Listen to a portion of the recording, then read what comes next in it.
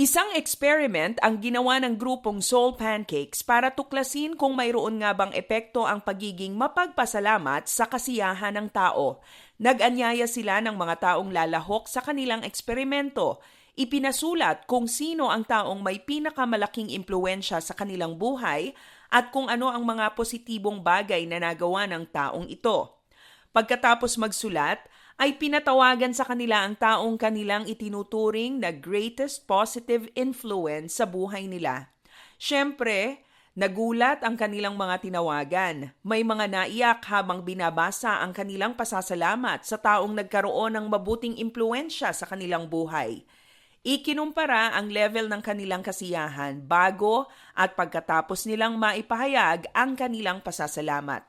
Ang resulta, tumaas ng 15% ang happiness rating ng mga taong nagpahayag ng kanilang gratitude. Kaya nga, sa 1 Thessalonians chapter 5 verse 18 ay ganito ang paalala sa atin. Give thanks in all circumstances, for this is God's will for you in Christ Jesus. Magandang araw! Ako si Maloy Malibiran sa Lumbides para sa ProTips, partner mo sa inspiradong trabaho at negosyong umaasenso. Gusto mo bang maging mas masaya sa buhay at sa iyong araw-araw na gawain? Express your gratitude because thankful people are happy people. Narito ang ilang suggestions.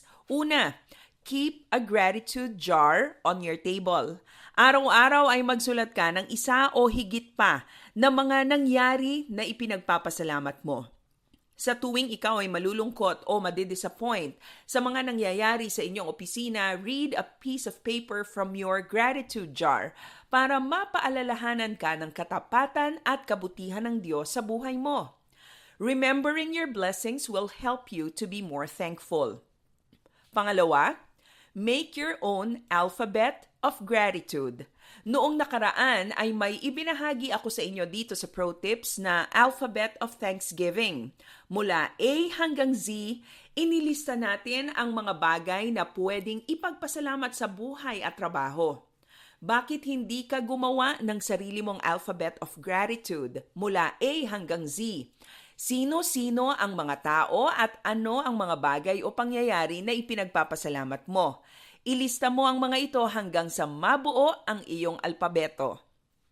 At pangatlo, revive the art of sending thank you notes or cards. Sa panahong ito, masaya pa rin na makatanggap ng pisikal at hindi digital na thank you card. To help you practice gratitude in the workplace, magtago ka ng ilang thank you cards sa iyong drawer o kaya blank cards, at sa tuwing mayroon kang katrabaho na mayroong nagawang mabuti sa inyong team, bigyan mo siya ng thank you note. Grateful people are not just happy people. Magaan at masarap din silang makatrabaho. Be that kind of coworker. Choose to be grateful. Para sa ProTips, ako si Maloy Malibiran sa Lumbides. Be a blessing in the workplace today.